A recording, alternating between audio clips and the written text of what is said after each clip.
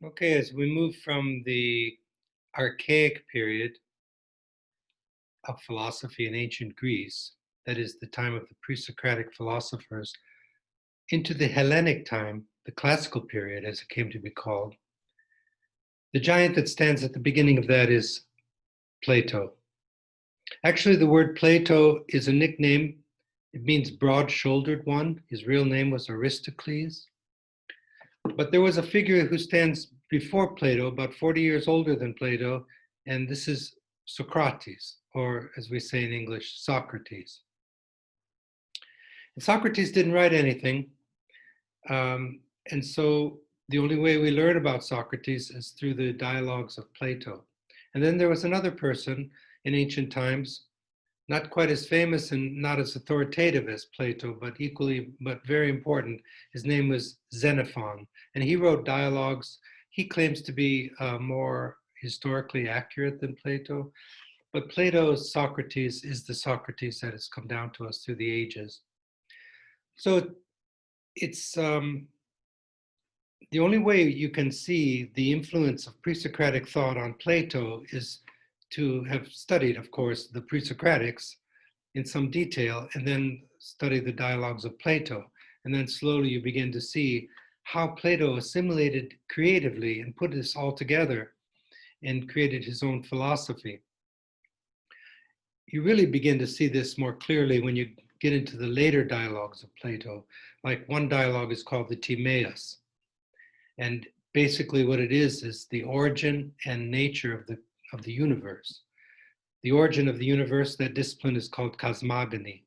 And the nature of the universe, that's called cosmology. So this is Plato's cosmogony, cosmology. He synthesizes the totality of ancient pre-Socratic thought and puts it into one giant dialogue. It's 10 books long.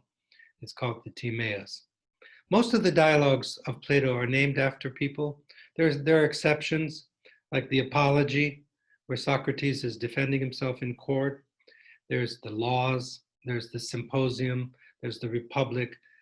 And the Sophist. I think those are the only ones. There may be one I'm forgetting, but of the 37 dialogues that we have by Plato, they're all named after people. It's just his stylistic signature.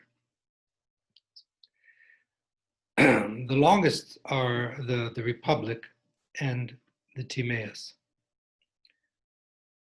Let me begin by just giving you some comments, some basic information about Plato and Socrates. And then what I'd like to talk about with you is one early dialogue called the Euthyphro. And then I'll cover the dialogues that I've assigned and the passages that I've assigned on the syllabus by Plato. There's some important things about Plato that a lot of people don't know that I like to pass down just as information. You know, Plato founded the first university. It was called the Academy because a man by the name of Academos donated this land, gave this land to Plato, and he built this first university called the Academy. So that's where we get words like the academic academy and so on. So that's a pretty big gift to humanity, the whole notion of the whole idea of the university, and then all subsequent universities built on that. Of course, it was different. There are no grades, but there was a library, and Plato was the main lecturer. And in ancient times, it was custom for teachers to divide their teaching into the exoteric and the esoteric. So the exoteric is the popular teaching. That was the teaching for the people. But the people were learned, not like the masses today. But most people were learned. They could read and write and think in ancient Greek, which was a very developed language. So the dialogues of Plato are the exoteric writings. He had another kind of writing, which were the esoteric, which were for his students. And all those have been lost. So we don't have any of those. But we have the dialogues, and those became the dialogues of Plato. And that's all we have. There are some one letter we have. It's called the seventh letter. That's very important because it's the only autobiographical writing we have by Plato himself. And perhaps I should just talk a little bit about that letter, because it gives some important information about Plato. You see, Plato, unlike Socrates, was born of noble lineage. You could trace his genealogy back to kings and queens, and Socrates, on the other hand, was a common person. He was a mason. He worked with bricks, but he was also a great thinker. And in Plato's seventh letter, he says that because of the corruption that had dominated the political arena of his time, during the time of Plato, there was an oligarchy, extreme right-wing government took over. And they trumped up these charges against Socrates because he was questioning the legitimacy of that oligarchy and the injustice of that oligarchy. And he had to defend himself in court, and he was found guilty. And in 399 BC, he was executed. He had to be in jail like for 3 months because there was a law that when this religious time was, no one could be executed. And then after the 3 months, he had to drink hemlock. And so by the time Plato started writing his dialogues, Socrates had already been executed. So in the seventh letter, he says that because of the corruption in the laws, in the political arena, in the very words that people use and what they mean by those words, and in the very characters of people, he realized that if he had gone into politics, he wouldn't be able to make that great changes. He could change maybe this institution or that. So instead, he tried to change the very philosophical foundations of the times. And so he was destined to go into politics. He says that explicitly in the seventh letter. And it goes along with the customs of the times. If you were born of noble genealogy like Plato was, then you were destined to go into politics because that's where power was and is today even. And Plato's brother, Glaucon, actually did become a politician. And Plato actually puts Glaucon in some of his dialogues in the Republic and elsewhere. And he had another brother too. I don't think he became a politician, but Glaucon did. But Plato says that the most pious person that he'd met, that he ever knew, and he was moved by Socrates, had been executed for impiety and for corrupting the young. The very person who was the most pious and the most concerned about the education, especially the education of the leaders of the Republic. So Plato's Republic is the first treatise on Republican political theory that we have in the West. It's in the form of dialogue. It's 10 books long. I'm going to have you read just parts of book 1, parts of book 6, parts of book 7. But it's 10 books long, and it's his development in language of the ideal state. Actually, the original title of that book was called Politia, which means the structure of the state. And then it became translated as republic, res publica, by the Romans. It means a people thing. The Romans used the word res, thing, in a political sense. And so publica means people. So republic, usually Republican political theory, emphasizes the common good for the people. So that Plato was destined to go into politics, and the political was at the forefront of Plato's thinking throughout all of the dialogues. When he asks, how should human beings live? He means it on 2 levels. On an individual level, like how could I make my life better, live a rich, full life? What is the best way to live? What is the good life, as the Greeks called it? That's the key question of all of Plato's dialogues. But he meant it also on a political level. Like, what is the ideal structure of the state such that there can be liberty for all and the well-being of the populace? So politics is at the forefront of his thinking, but he wanted radical political restoration. Of course, the word radical doesn't mean extreme right or anything like that, radical left or radical right. It means to go to the roots of things and to restructure the very structure of the state. And he thought that the best kind of state was a republic. And so after that came the whole history of Republican political theory. So we'll talk about that more when we get to Plato's Republic. Now, the dialogues of Plato, usually scholars divide them up into early, middle, and late dialogues. Plato never really dated his dialogues, but the style changes dramatically from the early, the middle, and the late. And so the grouping is legitimate. The early dialogues, Socrates usually asks a lot of questions and goes through a lot of discussion with his interlocutors, with the persons with whom he's speaking. And sometimes, well, for the most part, there's no answers to the question. So that sounds weird. I mean, why would someone write a whole dialogue and then ask these questions, and then at the end of the dialogue, there's no answer to the question? Well, there's a lot you can gain from that, and we'll need to talk about that. So these dialogues, these early dialogues are called aporetic dialogue, from aporia. The word a in Greek means on. Poria, like the pores in your skin, means an opening. So the word aporia means the blocking of a passageway. And so it means to be perplexed. So this is that tavmazin that we talked about. Now, when you move into Plato, it becomes transformed into perplexity and wonder.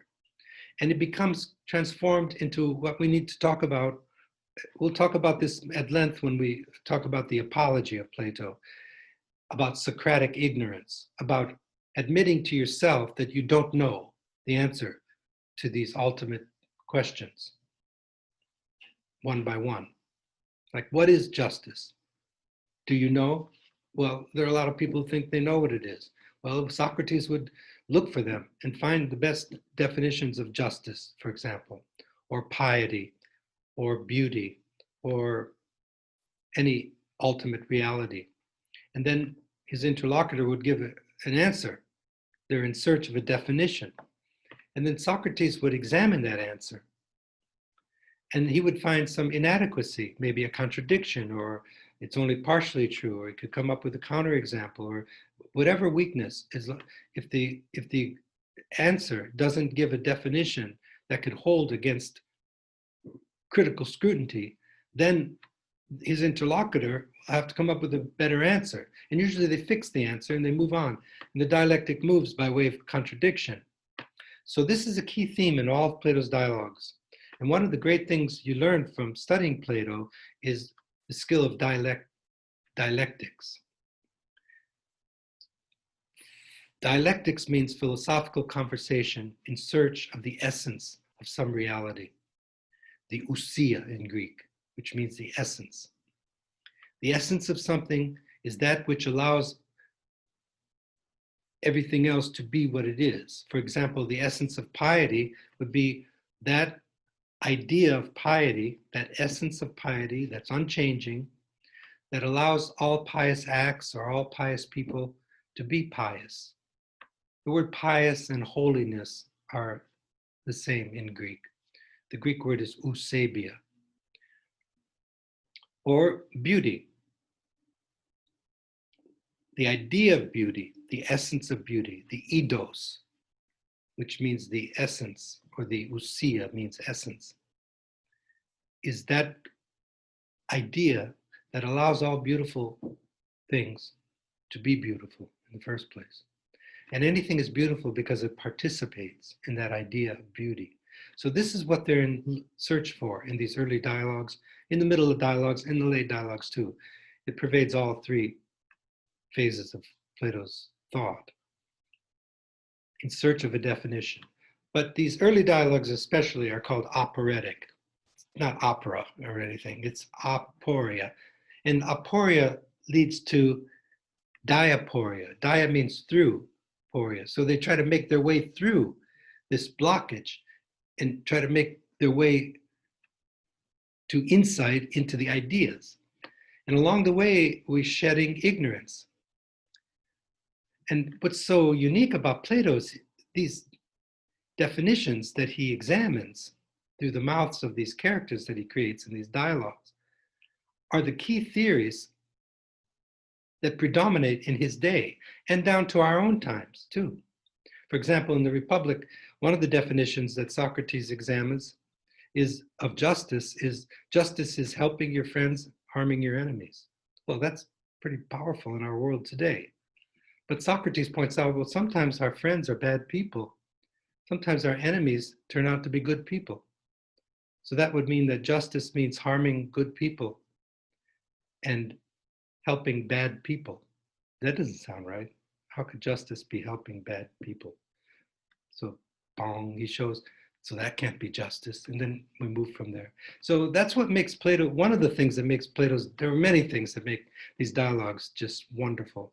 But one of the things is that he examines all the most powerful, the key definitions of these ultimate realities and deconstructs them, and then moves on from there. And it's up to the reader then to pick up from where these dialogues left off. But there's other things besides shedding ignorance that you learn from these early dialogues. You learn what a dialectic is, for example. But the main thing, as I said earlier, is how should human beings live? And he means that on two levels, on an individual level and on a political level. So on a political level, it has to do with the structure of the state. Individual level has to do with the structures of your character, your soul. The early dialogues then form a chain of dialogues, each one examining a moral virtue or an arete. The word arete in Greek means excellence. The excellence of something is when that thing serves its proper function well. So if I have a herding dog and he naturally can herd with just a little bit of training and it just comes naturally, then that dog possesses arete. If I have an axe and it chops well, then that axe, if I have eyes that can see well, because seeing is the proper function of eyes, right? If I have eyes that serve that proper function well, then my eyes possess arete. So Plato is directing this now to the human character. So when our passions become excellent, we become temperate. When our spirit becomes excellent, we become courageous. When our mind becomes excellent, we become wise. So there are different excellences that are appropriate to different parts of our soul. So these early dialogues of Plato form a chain of dialogues, each one focusing on one moral virtue. There's exceptions to this. The Apology is not about that. The Apology, well, we'll talk about that at length. I'll do another video on the Apology. But the Apology is all of, the word apology doesn't mean apologizing for anything. You know, words have on more than one meaning. That's why when you look up words, they have more than one meaning. And then words take on meaning in context. But another meaning of the word apology is defense. So in the Apology, Socrates is defending himself. And in defending himself, he's describing his way of life. But that's very important to find out about Socrates' way of life and about who Socrates is. So one of the things you learn from these early dialogues is who is Socrates? And how did he live? And that's an important question. And because for Plato, the main question is, how should human beings live? What is the good life? And as I said, on a political level and on an individual or ethical level. So Plato is saying in these dialogues, not directly, but indirectly, he's giving you a portrait of Socrates. And he's saying, emulate Socrates, live as he lived. Don't imitate him, don't go trying to be like Socrates. I mean, imitate his actions, but emulate his way of life. So it's important to get a deep and rich understanding of who Socrates is and how he lived. Because if you find out who is Socrates, you find out what it means to be a philosopher. And if you find out how he lived in general, then you find out what it means to live philosophically. And this is Plato's advice to posterity: live philosophically. And he knows better than anyone, and I can show philologically why I think this way, that this will not appeal to everyone. In fact, it's going to be, the philosophical life is going to be very rare. It was rare even in ancient Greece, these people who participated in philosophy more fully than any people ever. The philosopher is still a rare person, and especially today amongst this anti-intellectual arena that we live in. So let me talk a little bit about the Euthyphro, and then I'm going to make a little video on each of the readings that I've assigned. So what is this dialogue?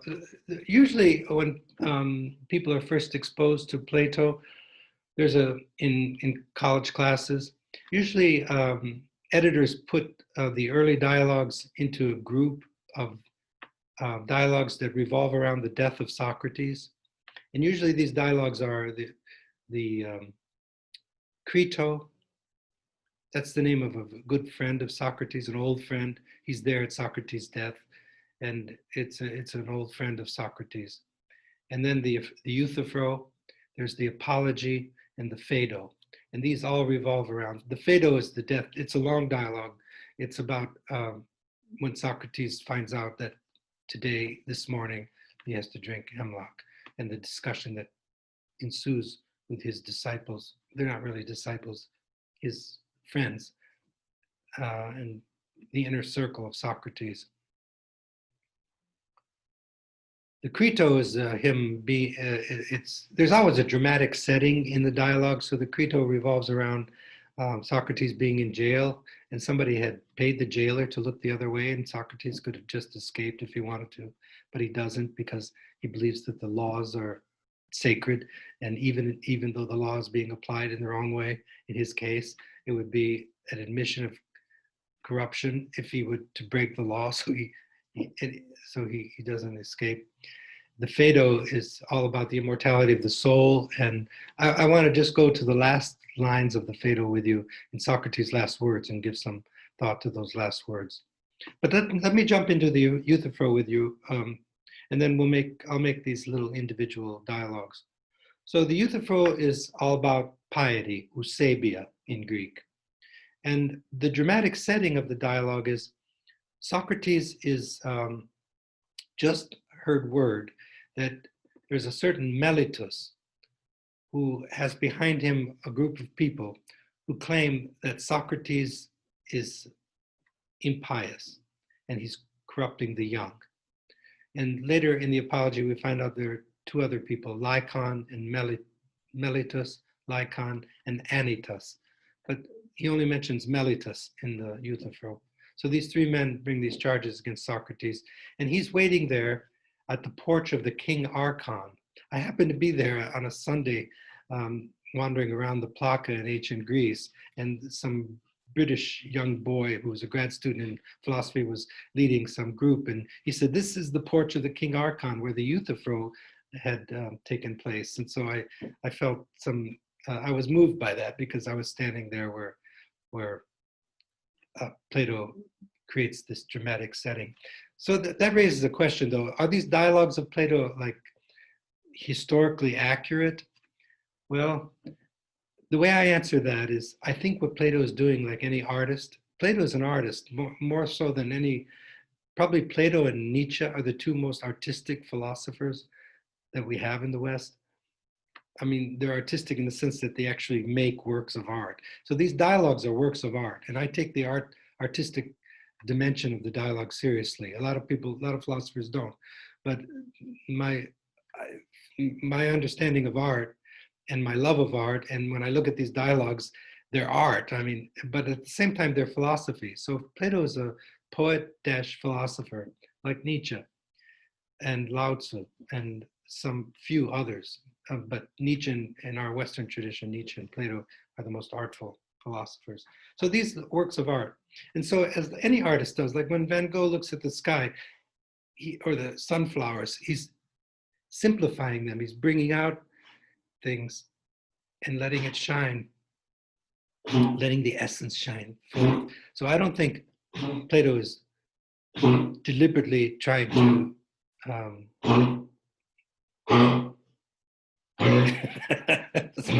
my dog has cough. It's not a cough, it's chronic. Oh, okay. So Plato is not really distorting what happened. I think he's bringing out the essence of things. But as you read the dialogues, you use your common sense, use your interpretive skills, you start being able to sift out what is the artistic dimension of it and what is fact and what is fiction. It's sort of like watching a film based on facts. And if you know about the facts and then you watch the film, you can see how the artist is. But a great artist is bringing out the essence of things. And there's a poetic truth that's even more true than historical truth or objective scientific truth. It's a different kind of truth. It's a poetic truth, as I call it. All right, so the Euthyphro, so these two men then find themselves, this is the dramatic setting. There's Euthyphro, who is a priest. Of course, this is the Greek pantheon, so there are many gods, and it's a whole different notion of being a priest from being a Catholic priest or a priest of any other kind. And then there's Socrates. And Socrates is there because he's waiting for the indictment that he's corrupting, that he's impious against the gods. And Euthyphro is there because he's charging his father for negligent homicide. Now, I gave that some thought. We don't know if that ever really happened or not, but what Plato's intending there is to show that Euthyphro is taking pretty strong action. If you go to court, imagine going to court, charging your father for murder, and this could lead to the execution of your own father. So that's pretty strong action. And so Plato wants to show Euthyphro as being quite certain that he's doing the right thing. And here's Socrates.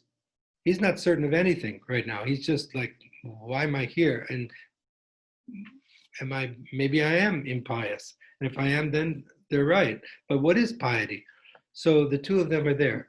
And at the beginning, and there's a lot of little things that are being said. One of the things I've learned about reading the dialogues is to pay attention to subtleties. I do that with all my readings, but I try to be like a philologist and get real close to the text, pay attention to all the subtleties. Now, not every subtlety is important, so you have to use your common sense.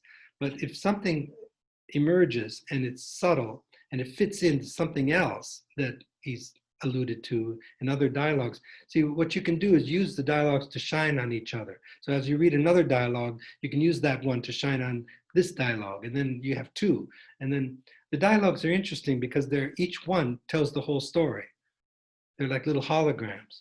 Then you read another one, and that one tells the whole story. And then they shine on each other. You have a full understanding of that. So I use like intertextual evidence to make my claim when I make points.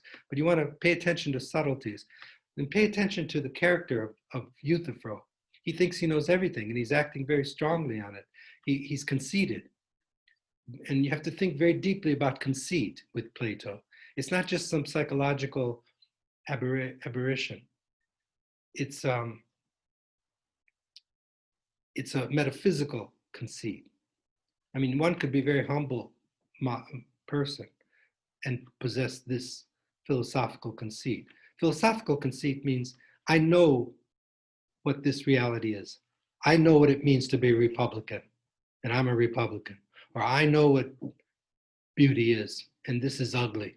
And Picasso's works are ugly because I know what beauty is, or whatever. So there's a conceit there that you know, but upon examination, it could be demonstrated that you don't know. How? Well, someone could ask you then, what is a republic? And then you give their answer, and then that person deconstructs that answer and shows that's not what a republic is. Not based on the history of Republican political theory.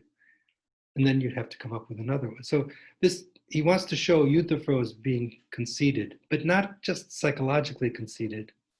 In fact, he's not psychologically conceited. He's just in fact, he's trying to be really nice. He's trying to say, you and I, Socrates, we're alike. We both have this daemon, this voice that speaks to us, and you're like me. And but what Plato's really showing is how different these two men are.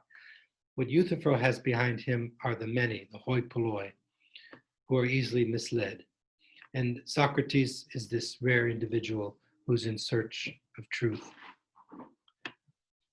The other thing I've learned about reading, especially the early dialogues, is since Plato is a poet and not just a philosopher, he enacts things. Like when you're watching a play, not everything in the play is what people say. Sometimes it's the action. So you want to, sometimes Plato indirectly articulates these ideas, not by what people say, but how they are. So Socrates is exemplifying piety throughout, where Euthyphro claims to know what piety is, but he exemplifies impiety throughout. So he's a poet, a playwright. In fact, Plato was a playwright before he was a philosopher. And there's a story in Xenophon that, the Greeks are agonistic people. That means they were fond of contests. They invented the whole notion of a contest. That's why we have contests in everything. Spelling bees, they had like, I found there, there's contests in everything. I do dog sports. There's sports all over the place. Every musical instrument, everything. We inherited that from the Greeks. And in their wisdom, they knew that if the contest is healthy, if the agon is healthy, then people get better and better, because the contest then brings out the best in the contestants. There's an unhealthy agon too, where the opposing forces try to annihilate each other. Then that's not good. That's an unhealthy agon.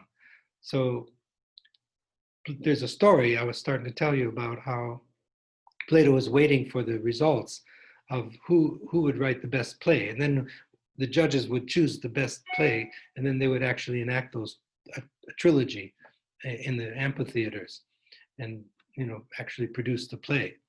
And the story goes that Plato was waiting for the results, and he overheard Socrates engaging in this dialectics that I was talking about. And he was so moved by that, before the results even came out, he went home, burned all of his plays, and decided, I'll be a playwright, but I'm going to write philosophical plays. And he wrote these dialogues, and he followed Socrates. So he didn't become a playwright, didn't become a philosopher or a poet or a politician, but he did. He wanted radical political restoration, and he did make poetry, but he made philosophical poetry. All right, back to the Euthyphro. So now we have these two men there. They're there for two different reasons. And Euthyphro is trying to identify himself with Socrates. And then finally, Socrates asks Euthyphro in a kind of nonchalant way, what sort of thing is piety, by the way, Euthyphro? You're a priest. You should know. And Euthyphro tells him, well, Socrates, piety is what I'm doing right now. I'm taking my father to court for negligent homicide. What does he mean, negligent homicide? Well, apparently two men were fighting, and Euthyphro put one man killed the other one, and so Euthyphro took the murdering one, put him in incarcerated him, put him in a cell, and he died of negligence. So Euthyphro was appalled by that. Now he's taken his father. That's the background of that. So Euthyphro says, well, what I'm doing right now, that's piety. Now, Plato deliberately has Euthyphro not understand Socrates' question so that he could clarify that for the reader, for us. So that's not what Socrates is asking. He's not asking, could you give me an example of a pious action? So Socrates corrects him and says, that's fine, but that's not really what I'm asking you, Euthyphro. I'm asking you not to give me an example, but I'm asking you to give me a model. Give me something I can use to judge whether or not your action is pious. So they need some standard of judgment. They need some idea of piety just like today, if we want to know whether or not the Republican Party is truly Republican, we have to have an idea of what it means to be a republic. What is a republic? Then we can judge whether or not any Republican is actually a true Republican, right? So things change a little bit too, but there is the history of Republican political theory, and you might want to take that into consideration a little bit. So when you make your judgment. So what Plato is asking here through Socrates is, we need some standard. We need some idea that we can use to judge whether or not your action is pious or any action is pious. Okay, so now he corrected, but that, you see how the operatic dialogues, these early dialogues, they look like they don't go anywhere, but you learn things. Like we just learned what a philosophical question is. We're asking for a universal, unchanging idea, some standard, some model that we can use to judge. We're looking for the eidos, the idea, the ousia, the essence of eusebia. T estin eusebia. That what is the being of holiness, of piety. Well, now we move on. He's got to fix it. The dialectic is shedding ignorance. We're moving. We're moving upward. Well, Socrates, then what I mean is, what is loved by the gods? Because the gods love what I'm doing. Okay, so now you understand my question, Socrates says. Now we're getting somewhere. But Euthyphro, aren't there many gods? Yes, there are. Do they agree on everything? No, not really.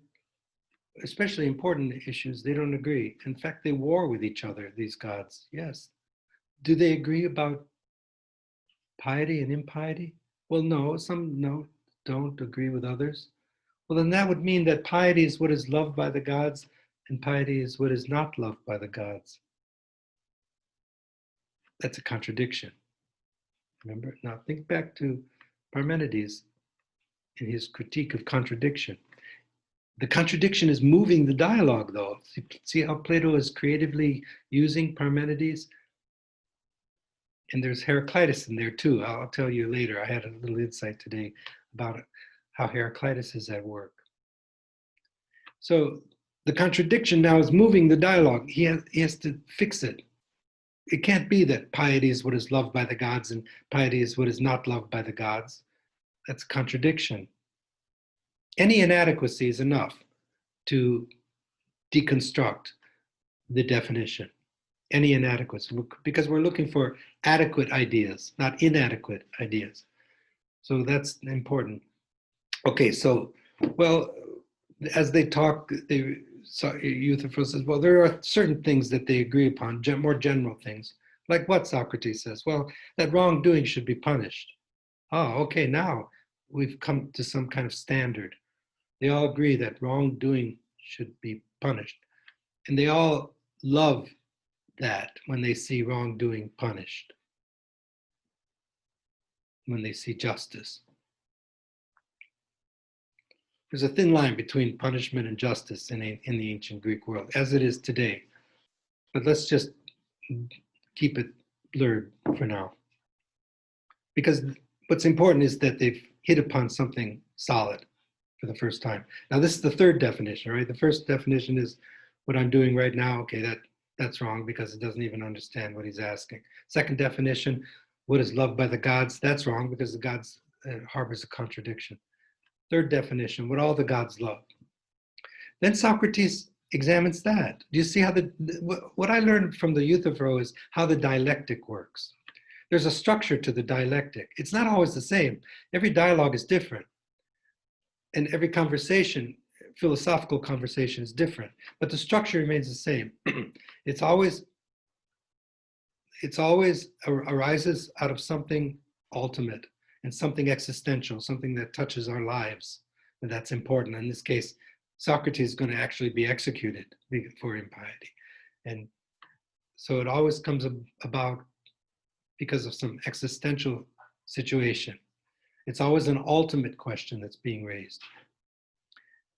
And or it's always searching for a definition of the essence. So Socrates, and it's always examining that definition, and it's always, the definition is inadequate, and it's always fixing that and moving forward. And at times then you come to the brink of an insight where you can see with your mind's eye into the essence. And when you see that, you become transformed. That's the transformation idea I came upon later after studying Plato. It came from this course I'm teaching, Philosophy Through Film, because I was trying to think about how Plato's philosophy is related to film. And film is always showing characters changing, and the plot is changing. And they're time images. They're not just moving images, motion pictures, but they're time images too. The characters change usually, otherwise it would be very boring. So people go through change. And the changes come about when people gain insight into the ideas. So it's in Plato. It's just, a lot of scholars bypass that. And now I underscore it, and it's there. I could show it all over the place. So I'm not making it up. It's just, a lot of people bypass it. Bypass what? Bypass the idea that when you gain insight into the ideas, you become a different person. You're transformed for the better. Like, now I know what such and such is, and now you change your life. You don't even have to change things. You're a different person, like a different life. So that's how we grow. All right, so the dialectic then is shedding ignorance. So now they get to the third definition. Well, what does Socrates find wrong with that? Well, is something pious because it's loved by the gods, or is it loved by the gods because it's pious? That sounds like you're just playing with words, but if you think about that, there's something there. It's an important point. And again, it's pointing to the eidos. Like, the way Euthyphro is talking is that a human being or an action is pious because it's loved by the gods. In other words, that the gods love it is what makes it pious or holy. Think of piety and holiness as synonyms for now. But so is it pious because it's loved by the gods, or is it loved by the gods because it's pious? In other words, is there such a thing as piety? And then the gods look down, or God looks down and finds that holy. Is it God looking down that makes it holy? The gods looking down approvingly, is that what makes it holy? Or is it just holy and the gods approve of it? See, this is the big question. So what Socrates is pointing to, that it's a true characteristic of piety that it's loved by the gods, or to speak the language of today, the monotheological language of the holy.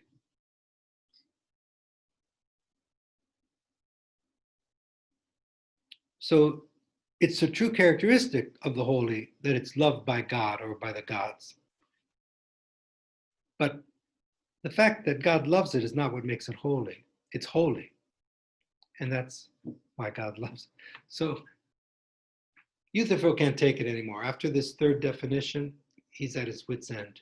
And he gets a little more impatient as time goes on. Why? Because Socrates is showing him that he really doesn't know what piety is. That's pretty hard to swallow when you're a priest. It'd be like, he'll go up to a general and ask what is courage, and then show him he doesn't know what courage. It'd be like going to the superintendent of schools and questioning him about education and showing and demonstrating to that he doesn't know what education is. So, but Socrates is not just doing that to be a gadfly, just to, in fact, that's an image that he uses. He says, you see me in the Apology, see like a gadfly. Apparently there are these big, nasty flies. They're green. I don't know if you've ever seen them. I've seen one bite a horse actually, and the horse start bleeding. They're big, nasty flies. And he sees them, he says, you see me as a gadfly, and I see Athens, he said, like a sleeping horse. So I come now like a gadfly to wake you up, and there's that image of awakening that we saw in Heraclitus about the philosophy is perpetually waking up. So, but he's not just doing it to be malicious or to being iconoclastic or, to make trouble. It's good trouble, as they say. He's doing it to try to lead his interlocutor to a point where they can now engage in conversation and make their way to an insight. Well, Euthyphro then breaks off. I got to go, Socrates, and I used to write out my lectures. I reread my lectures and I reread the dialogue for you. Look how nice my handwriting. This is way back in 1970s or 80s, but I didn't read it to you because it would sound stilted. But if I'm standing by a podium, I can look at my notes and make it sound like I'm not reading. But there's the last part of the dialogue, though. So we come to this fourth definition of piety. And so what Socrates does is picks up after Euthyphro, and Euthyphro hangs around a little bit more after that. And he says, well, let me give my definition then, Euthyphro, and pick up where we left off. And he says, piety, Socrates says, piety is that part of justice, moral justice, which attends to the care of the gods. Now, things have shifted. Now, Socrates gave the definition. This fourth definition is Socrates' definition. And Euthyphro agrees. But then Socrates points out, well, you can't really care for the gods the way you care for horses or dogs or other people. You can help them become better. You can make them better. We can make horses better. We can care for them. But we can't make the gods better. They're already perfect, even in their imperfections. So they have to fix the word care. So he changes it to acting in the service of the gods. Now they're in the brink of an insight, a great insight into piety. That piety is that part of moral justice that has to do with acting in the service of the gods. As an aside, let me say that perhaps one of the reasons why this oligarchy trumped up these charges against Socrates was his view of the divine. Because his idea of the divine was monotheological. There's one. He picked that up from probably the pre-Socratics. By the way, this is Plato speaking too, right? Socrates, he didn't even write anything. So this is Plato's Socrates. So the good question is, what part is Socrates, what part is Plato? And people have debated upon that for millennia. I can give you my ideas on that in another lecture, but it'll take us too far astray. But there's a difference between the two. But at the same time, Plato is he's creating his own Socrates, but not completely out of nothing. There was a historical Socrates who was executed in 399 BC. He was like 80 years old too, he was 70 when he was executed. Plato was 80-some when he died. So it's not like he made him up completely. And Plato was part of the inner circle of Socrates, so he was with him. And like I said, by the time he started writing any of his dialogues, Socrates had already been executed. So he's memorializing Socrates by writing these early dialogues, all revolving around the death of Socrates, reminding all posterity, us today even, of the great crime the Athenians committed against philosophy by executing Socrates. But he became more powerful in his death than he would have if he would have continued to live, because how heroically he died. I wouldn't say he died as a martyr like Christ and the other martyrs, but he died heroically. He died holding on to his principles in the face of death itself. So piety is that part of moral justice that has to do with acting in the service of the gods. So the big question is, even today, like if you want to become an instrument of God, do God's work on earth. So the big question is, what is God's work on earth? Or what is the chief thing that the gods, when Socrates asks Euthyphro that, he says, well, many and splendid things they do. Well, that's just, he's eluding the question. They do many and splendid things, but what is it? How do I know if I'm acting in the service of the gods, if I'm the instrument of God? And Euthyphro can't answer that. He would have to entertain a completely new idea of the holy. And then the dialogue breaks off. And there's a little playful interlude there at the end, too, that you may want to. He says, Euthyphro, in his impatience, he makes a joke. He says, Socrates, you're like Daedalus. You make these logi, the logos, the languages that we're speaking.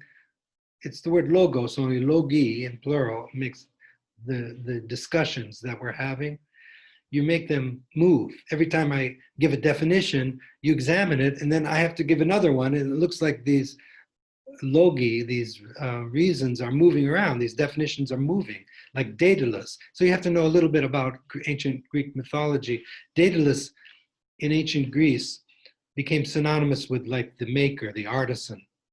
Daedalus was the father of Icarus, and Daedalus fashioned Icarus's wings out of wax so that he could escape from the labyrinth of the Minotaur and so on. And so, by knowing a little bit of Greek mythology, some of these jokes start making sense.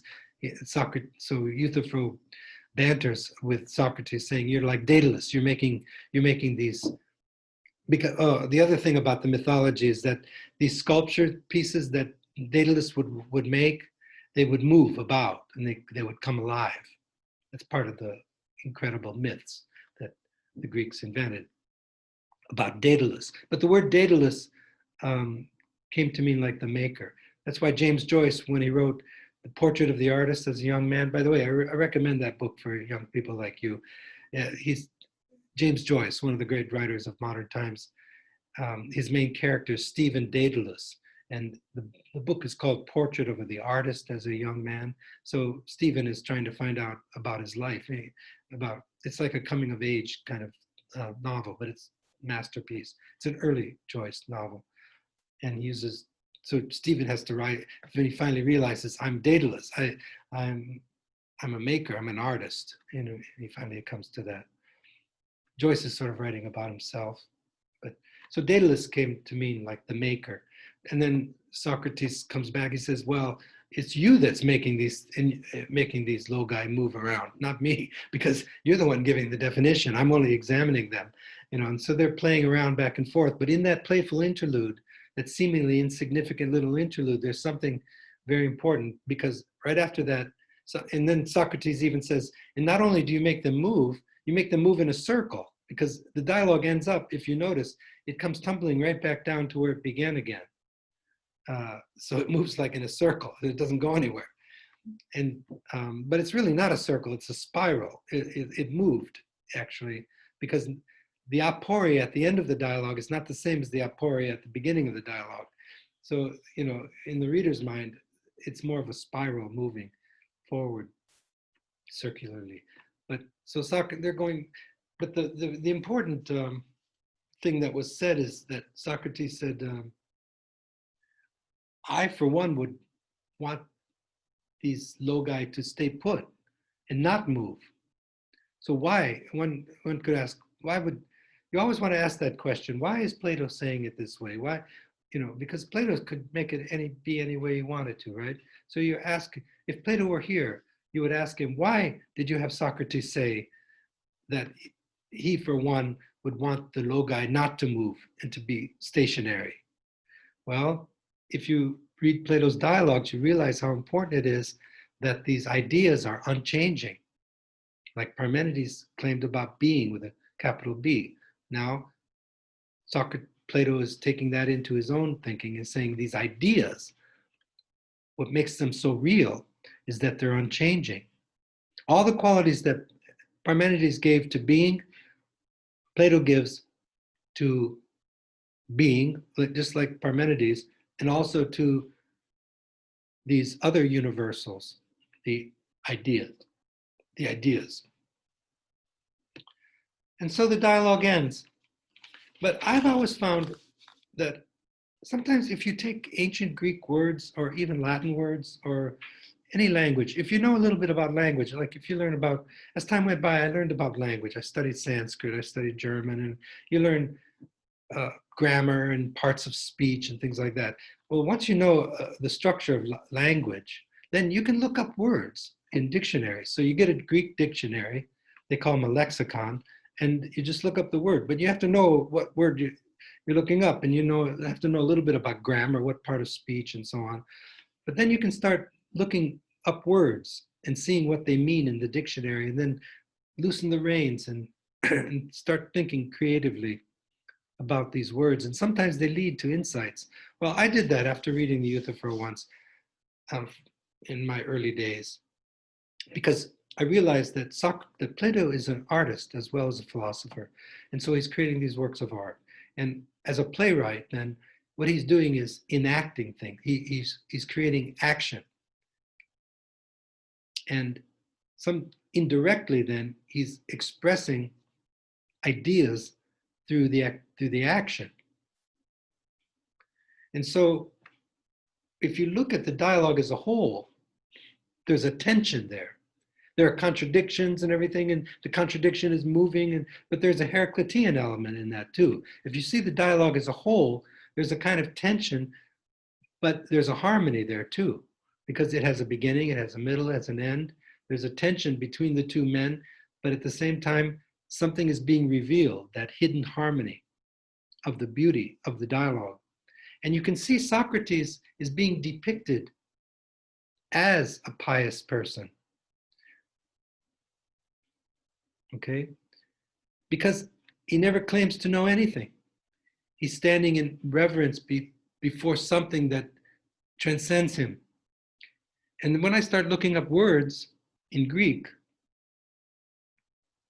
there's a word, to hoseon. I'm probably mispronouncing it. I've never really studied ancient Greek, but I know enough to look up words. I should have, actually.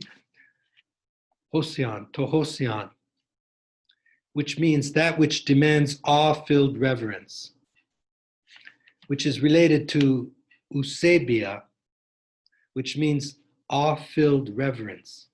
That's the very word for piety in ancient Greek, eusebia. That whenever you see the word piety being translated, the Greek word is eusebia.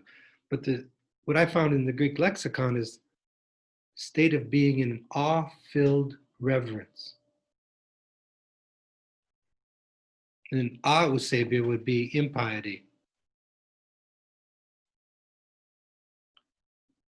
So the very word points to a state of mind that does not permit any superior attitude of knowing. An attitude directed toward an indefinite presence, something surpassing human intelligence. Now that sounds like nothing. But what he's pointing to is openness to that which surpasses human intelligence. And by the way, the word for the divine, theo, in Greek, to theon, is always a predicate and never a subject. The divine would be a better translation of theon, to theon, than God, because God is the subject, but God is not a being for the Greeks, but the source of all being. And so if you make God into a being, then you relegate God. You make God, what do we say in philosophy? Reify. Re, I told you that word at the beginning of my talk. It comes from the Latin, it means thing. You thingify something, you make it into a thing. You make a thing out of something that's not a thing. So it's not a subject, it's really a predicate. Like the tree is tall, tall is the predicate, tree is the subject. So the divine is a predicate. And there's something blasphemous, the Greeks thought, about speaking, not the Greeks, let me be careful, because the Greeks in general were polytheistic. The philosophers, most of them, if you study the pre-Socratics like we did, some of them, they're all monotheistic. Not all of them, most of them, 90%. The people were polytheistic, like, and they believed in the myths, literally. But someone like Plato, he was in possession of a monotheistic notion of God. But this God is not a being, but the source of all being. In the Republic, he gives it different names in different dialogues. He calls it the idea of the good. We'll talk about that. And by the way, the word theon in Greek is neuter too. It's not masculine, nor is it feminine, but it's neuter. I find that. So theon means something that pervades and determines everything without itself being determinate. In other words, it preserves its ungraspable distance. It withdraws into the distance of its mystery. So this is Plato's notion of the divine. And if you have that in your mind while reading the Euthyphro, you see that Socrates is demonstrating that in his behavior, in his questioning attitude, in his being in the interrogative mood.